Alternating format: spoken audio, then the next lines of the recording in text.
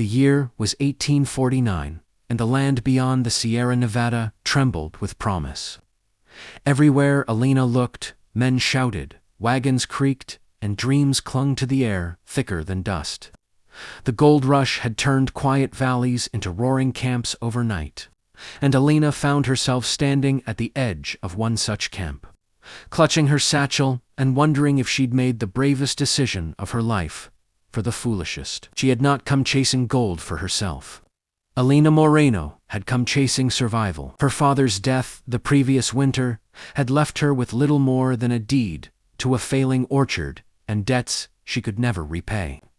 When word spread that fortunes were being pulled from rivers with bare hands, she sold what little she owned and joined a supply caravan heading west. Cooking, mending, trading, she would do whatever was necessary. Gold was not her dream, but freedom was. The camp of Alder Creek sprawled before her like a living thing. Canvas tents flapped violently in the wind. Fires crackled, and the sound of pickaxes rang out from the nearby hills. Men with hollow eyes and wild beards moved like ghosts between claims, some flush with hope, others already defeated. Elena inhaled sharply and stepped forward. She had barely gone 10 paces when a shout cut through the noise. "Careful there!" Elena turned just in time to avoid colliding with a tall man carrying a sack slung over his shoulder. The sack burst as it hit the ground, spilling gravel and dirt at her feet. The man cursed under his breath, then looked up and froze. For a moment, they simply stared at one another. He was older than her, by several years, his face sun-worn and dust-streaked, with sharp gray eyes that seemed to miss nothing. His dark hair was tied back with a strip of leather, and his shirt was patched so many times it was hard to tell its original color. "I'm sorry," Elena said quickly. "I wasn't watching." The man exhaled, shaking his head. "No harm done. Just dirt and disappointment." He crouched to gather the spilled gravel. "Name's Cain." "Elena," she replied, kneeling to help him without thinking. Their hands brushed as they reached for the same stone. Cain glanced up at her, surprised, then gave a small, crooked smile. "You new here?" he said. It wasn't a question. "Yes, I just arrived today." She nodded. "Then, let me give you some advice. Trust no one who smiles too much. Don't drink the river water downstream. And never believe a man who says the gold's easy to find." Elena smiled faintly. "That sounds like experience talking." Cain stood, slinging the sack back over his shoulder.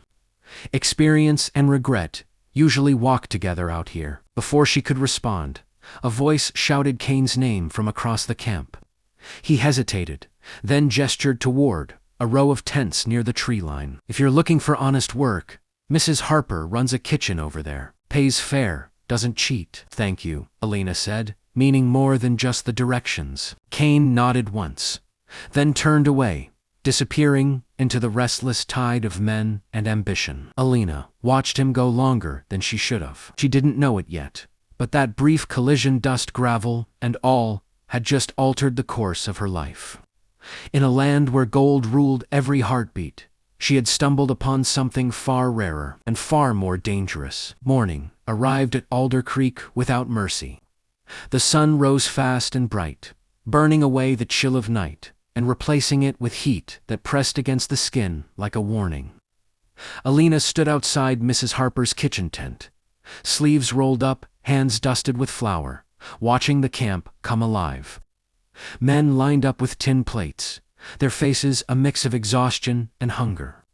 Gold might have brought them here, but food kept them standing. Mrs. Harper, a broad-shouldered woman with iron-gray hair and a voice that could silence a room, worked beside Elena with practiced speed.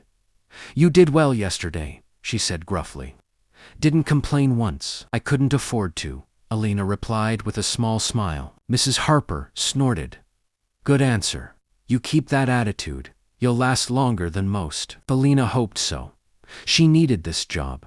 Every coin she earned went into a small cloth pouch tied beneath her skirt. Her lifeline, in a land that swallowed the unprepared whole. As the line thinned, Elena carried a bucket of water toward the back of the tent, when she spotted a familiar figure near the edge of camp. Cain stood by the riverbank, sleeves rolled high, boots caked in mud, panning slowly as if time itself bent to his rhythm. Unlike the others, who moved with frantic urgency, Cain worked with steady patience. She wasn't sure why she walked toward him. Curiosity, perhaps, or the strange sense that she already knew something about him she couldn't name. "Find anything?" she asked, stopping a few feet away. Cain looked up, surprised, then smiled faintly. "If by anything you mean disappointment, then yes. Plenty of that." Elena laughed softly and sat on a nearby rock. The river rushed past them, cold and relentless, carrying dreams downstream. "Why do you keep trying, then?" Cain tipped the pan, studying the sediment. "Same reason everyone does. Because quitting feels worse than failing." He finally straightened and shook his head. "What about you? Kitchen work doesn't exactly scream gold rush fortune." "It's honest," Elena said, "and it keeps me alive." Cain studied her, more closely now. "You didn't come here for gold." "No," she admitted. "I came because I ran out of better options." That seemed to earn his respect. He nodded once. "Options have a way of disappearing out here." They sat in silence for a moment, listening to the river and the distant clang of pickaxes. Cain broke it by asking, "You got family waiting for you back east?" Elena's fingers tightened around the bucket handle. "No, just debts." Cain's jaw tightened in understanding. "Then you're braver than most." Before she could respond, shouting erupted upstream. Two men were arguing over a claim, voices sharp with desperation. One shoved the other, and the second reached for a knife. The tension crackled like dry tinder. Cain was on his feet instantly. "Stay here." He moved fast, stepping between the men with a calm authority that cut through their rage. His voice was low but firm. "This isn't worth dying for. Neither of you have proof the land's yours." After a long, dangerous pause, one man spat into the dirt and stormed off. The other followed, muttering curses. Elena let out a breath she hadn't realized she was holding. Cain returned, brushing dirt from his hands. "Happens every day." "That doesn't make it less frightening," she said. "No," he agreed quietly. "It makes it worse." As the sun climbed higher, Elena knew she had to return to work. She stood, adjusting her skirt. "Thank you for yesterday and today." Cain hesitated, then said, "I'm heading north in a few weeks. There's talk of richer claims beyond the ridge." Elena's heart skipped, though she didn't understand why. "I hope you find what you're looking for." Cain met her gaze, something unspoken passing between them. "So do I." As Elena walked back toward the camp, she felt the weight of his words settle in her chest. In a land ruled by gold, paths crossed briefly and then vanished. But something told her this was not the end of theirs. It was only the beginning. The days that followed settled into a fragile rhythm. Dawn brought the clatter of tin plates and hungry men. Midday burned with relentless heat, and nights fell thick with exhaustion and whispered hopes. Elena worked from sunrise to dusk, her hands growing rough, her shoulders aching, yet her spirit remained stubbornly unbroken.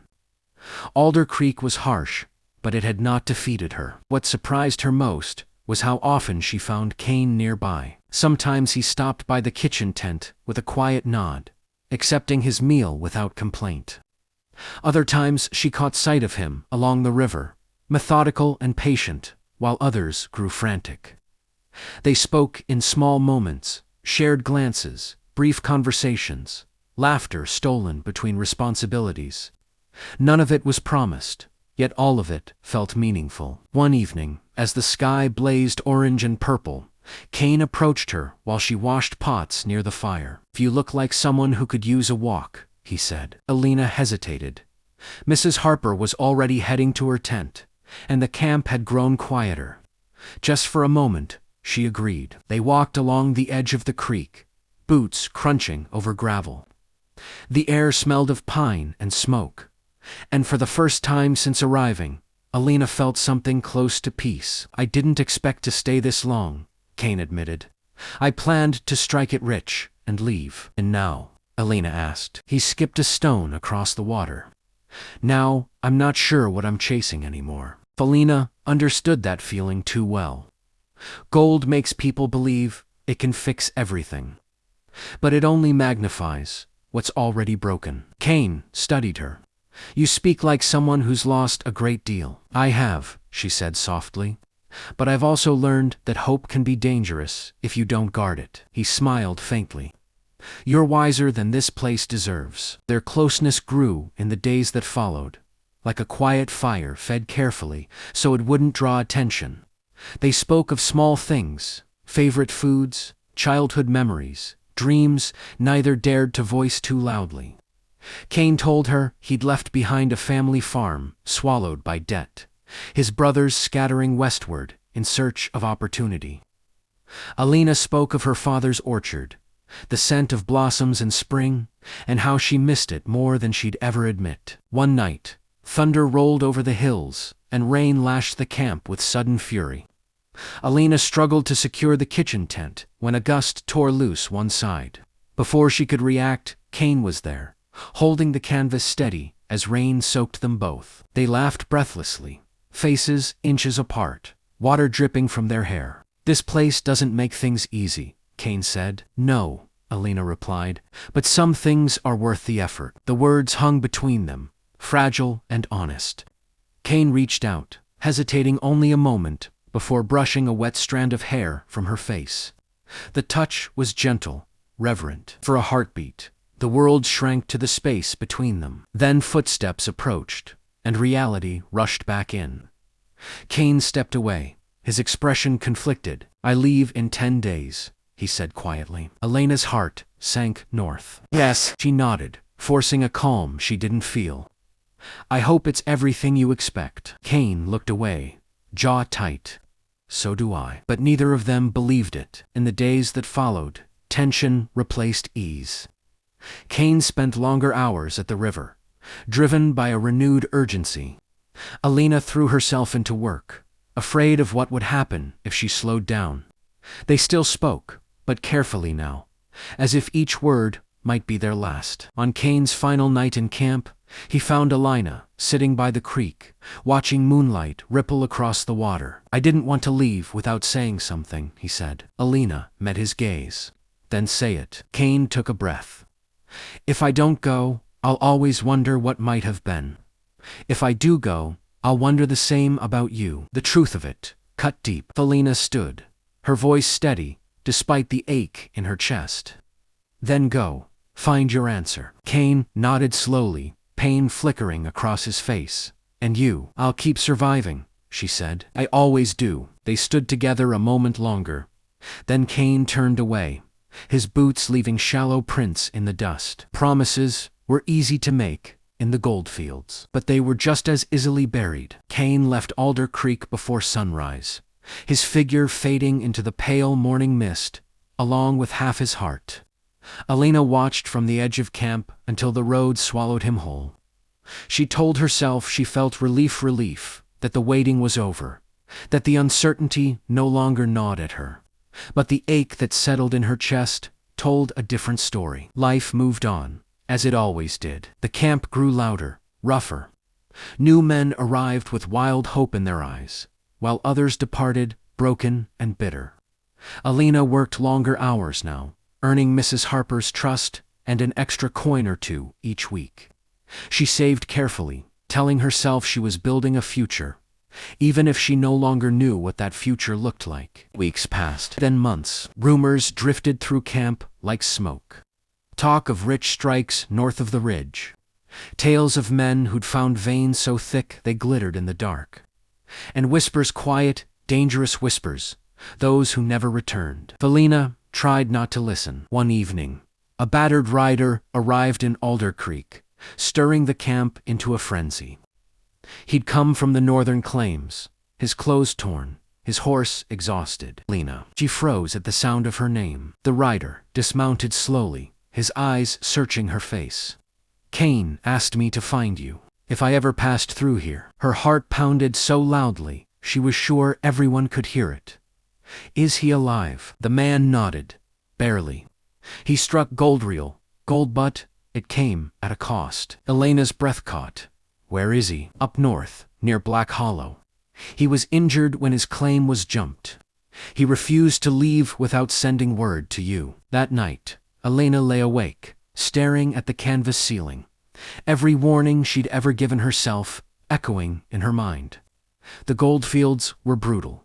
Travel was dangerous. And yet, when dawn broke, her decision was already made. She packed what little she owned and left Mrs. Harper a note of gratitude and apology. By midday, Elena had joined a small supply wagon heading north, her hands trembling with fear and resolve in equal measure. The journey was unforgiving. Cold nights, treacherous trails, the constant threat of thieves and hunger. But Elena pressed on, driven by a truth she could no longer deny. Was no longer just a passing chapter in her life. He was part of her future, whether fortune favored them or not. When she finally reached Black Hollow, the place felt cursed. The land was scarred by reckless digging, trees stripped bare, the air heavy with greed and despair. She found Cain in a crude tent near the edge of the ravine. He looked thinner, pale. A bandage wrapped his shoulder, stained dark with old blood. Elena. His voice cracked when he saw her. You shouldn't be here. She crossed the tent in 3 steps, dropping to her knees beside him. Neither should you. For a long moment, neither spoke. Then Cain laughed softly, the sound edged with disbelief. I found gold, he said. Enough to change everything. And it nearly killed me. Elena took his hand, gripping it tightly. Gold can't change what matters. Cain's eyes filled with emotion. He didn't try to hide.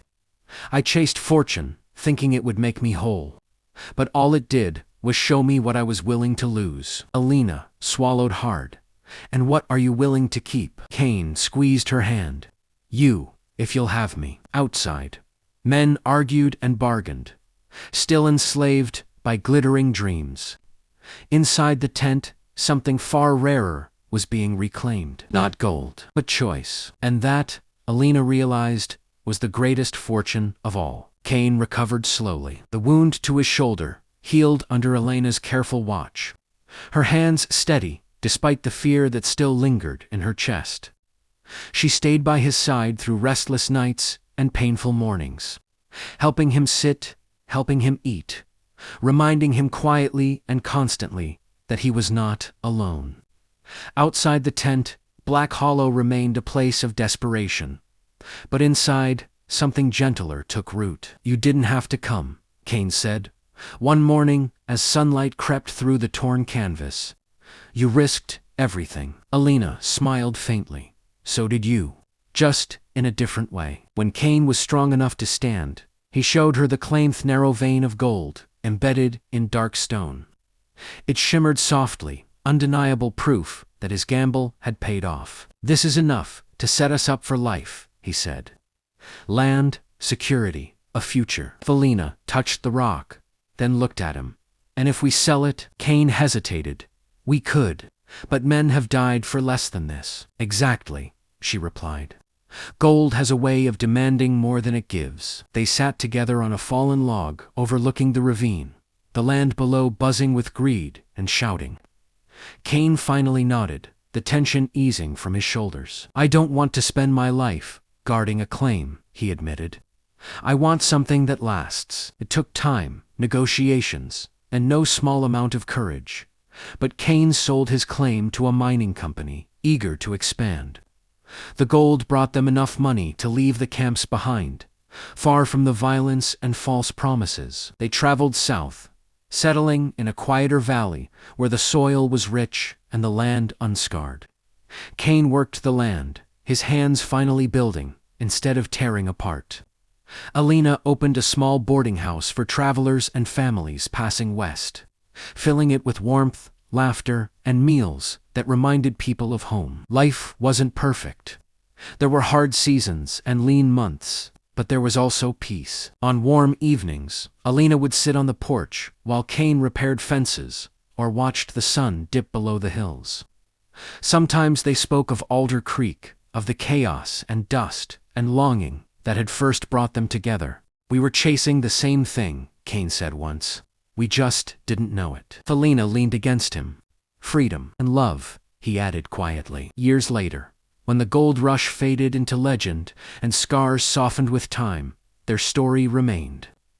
Not as one of striking it rich overnight, but as a reminder, whispered through valleys and camps alike, that fortune could be found, that dreams could change, and that sometimes the greatest treasure wasn't buried in the ground, but discovered in the courage to choose each other. As the wind carried the scent of wildflowers across their land, Elena knew one thing with certainty: they had struck gold. After all, don't forget to like, comment, and subscribe for more Western stories.